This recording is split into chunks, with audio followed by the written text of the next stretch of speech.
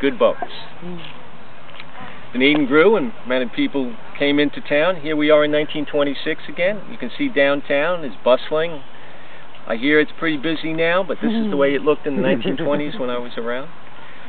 Many people don't remember, but in 1926 the new docking area also came in that way, and this is our dock in the downtown area of Dunedin. We're very proud of that dock. A lot of people would go there and watch the sunsets.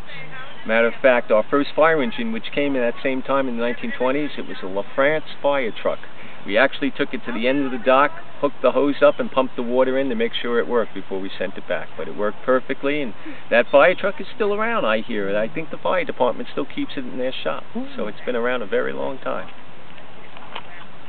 We did a lot of different things in Dunedin. We had a lot of tourists. Our citrus industry was slowing up by the 1920s.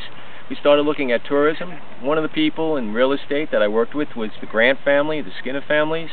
They started building a project called the Fenway. The Fenway Hotel eventually was built, and this is the groundbreaking ceremony for the hotel over there. This was the finished product. Matter of fact, the Fenway opened up. A lot of celebrities stayed there. William Bryant stayed there. Babe Ruth stayed there.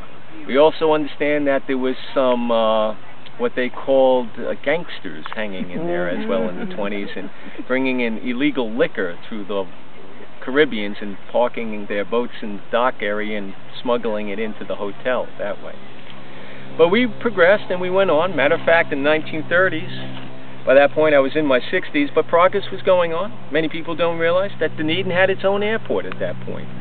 Right where Curlew Creek is, in between there, was a huge piece of land owned by the Skinner family, and they actually built the Skinner Skyport, where everybody was getting interested. A man named Charles Lindbergh had flown the Atlantic, gone over to France, and everybody all of a sudden thought aviation was the big thing, and Mr. Skinner said Dunedin wasn't going to be left out, and he actually built his own airport.